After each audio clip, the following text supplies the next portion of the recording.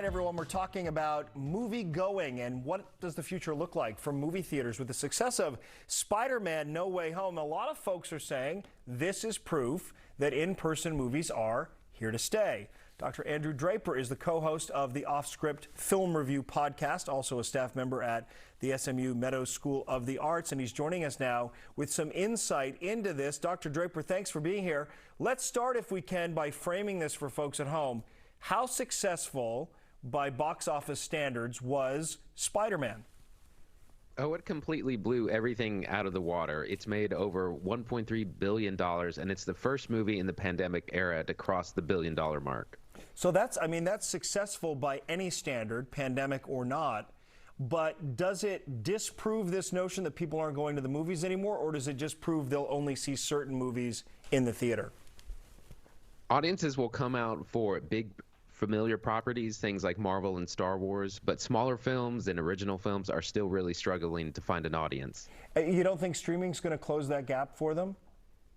Streaming will definitely help. Smaller films do much better, and studios can kind of recoup their losses by selling to streaming services, and also the rental market also helps in that area. But the difference there is you don't have the cachet that comes with saying, we had an incredible box office opening weekend. Doesn't that sort of feed on a film's success? If someone hears that it had a great first weekend, more people go, et cetera, et cetera. Whereas if it just kind of, I don't know, kind of limps along and it has a little streaming audience here and it has some moviegoers there, it doesn't carry with it the same weight.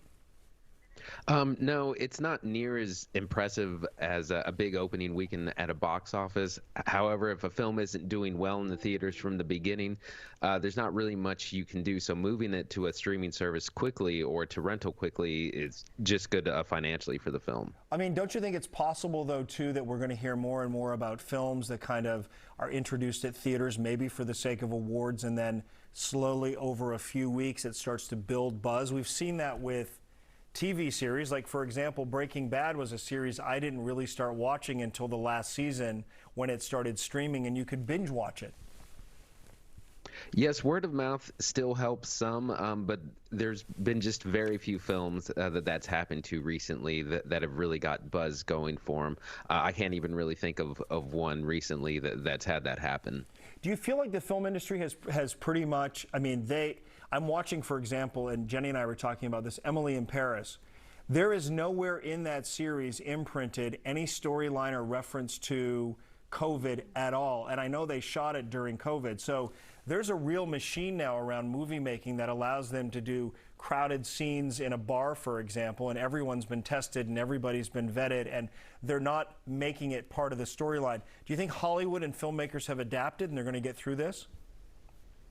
Well, they're taking two approaches. They're acting like the pandemic never happened, and then some studios or some films are completely embracing it. That we've already seen several pandemic-set films created in the last few years. Yeah, so you're right. They're either making it part of a storyline, right? Like I think about Morning Show and the shift in that storyline when they realized the pandemic was happening is integral. And then you've got, like I said, Emily in Paris. It's like, what pandemic? No idea.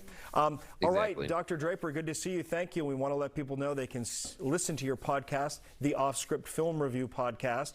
There it is. Go to Off-Script Film Review on social media to follow Dr. Draper. And we'll be back with feedback in